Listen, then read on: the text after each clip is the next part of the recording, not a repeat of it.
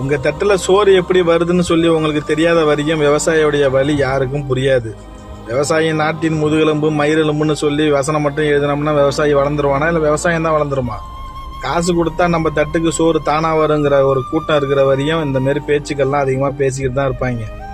விவசாயத்தையும் விவசாயத்தையோட முக்கியத்துவத்தை பற்றியும் தெரியாத நீங்கள் விவசாயத்தை விளையாட்டுத்துறையில சேர்த்து வச்சு பேசுறீங்க பார்த்தீங்களா? அதுவும் விவசாயத்தை விட விளையாட்டு தான் ரொம்ப கஷ்டம் அப்படின்னு சொல்லி பேசுறீங்க பார்த்தீங்களா?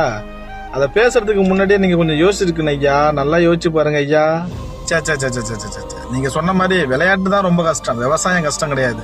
நீங்க என்ன பண்றீங்கன்னா, ஒரு 6 மாசம் நெல் விளையிற பூமியை 1 ஏக்கர் நான் தரேன். அந்த 1 ஏக்கர்ல அங்க விளையாடுறாங்களா கிரிக்கெட் வீரர்கள், அந்த வீரர்களை சோறு தண்ணி இல்லாமல் இந்த விவசாயத்தை ஒரு 6 மாசம் நெல் விளைச்சி அதை அறுவடை செஞ்சு காட்ட சொல்லுங்க. அந்த அறுவடை செஞ்சு அதுக்கப்புறமா அந்த பயிரை அவங்க அவிச்சு அதுக்கப்புறம் அந்த சாப்பாட்டை சாப்பிட சொல்லுங்க. நான் ஒத்துக்கிறேன், விவசாயத்தை விட விளையாட்டு தான் கஷ்டம் அப்படின்னு. ஆட்சி மாற்றம் கொண்டு வந்ததே ரோட்ல விவசாயி நெல்லை கொட்டி வச்சுட்டு மழை திடீர்னு வந்துச்சுனாக்க, இல்ல மழை காலத்துல விவசாயம் பண்ண அந்த அறுவடை செஞ்ச நெல்லை ரோட்ல கொட்டி வச்சிருக்கான் பாத்தீங்களா? அந்த நெல்லை பாதுகாக்க முடியாம அதை முளைக்க விட்டு ஒரு கட்டத்துக்கு மேல என்ன ஆகுது, படு அடியா ரேட்டுக்கு வாங்கிட்டு போய் மக்களுக்கு இன்னைக்கு புழுங்கல் அரிசியை விநியோகம் செய்யறாங்கல்ல. அந்த மாதிரி கார்பரேட் மூளைகளா சமாளிக்கிறவங்களுக்கு விவசாயத்தை பத்தி என்ன தெரியும்? முடிஞ்சா நீங்க என்ன பண்றீங்கன்னா, ஒரு 5 லட்சத்திலயோ ஒரு 3 லட்சத்திலயோ இல்ல ஒரு 10 லட்சத்திலயோ அந்த நெல்லை மூட்டைகளை அடுக்கி வைக்கிறதுக்கு ஒரு பாதுகாப்பா வைக்கிறதுக்கு முடிஞ்சா நீங்க ஒரு நெல் கிடங்குகளை கட்டி கொடுங்க பார்ப்போம். ஆனா செய்ய மாட்டீங்க.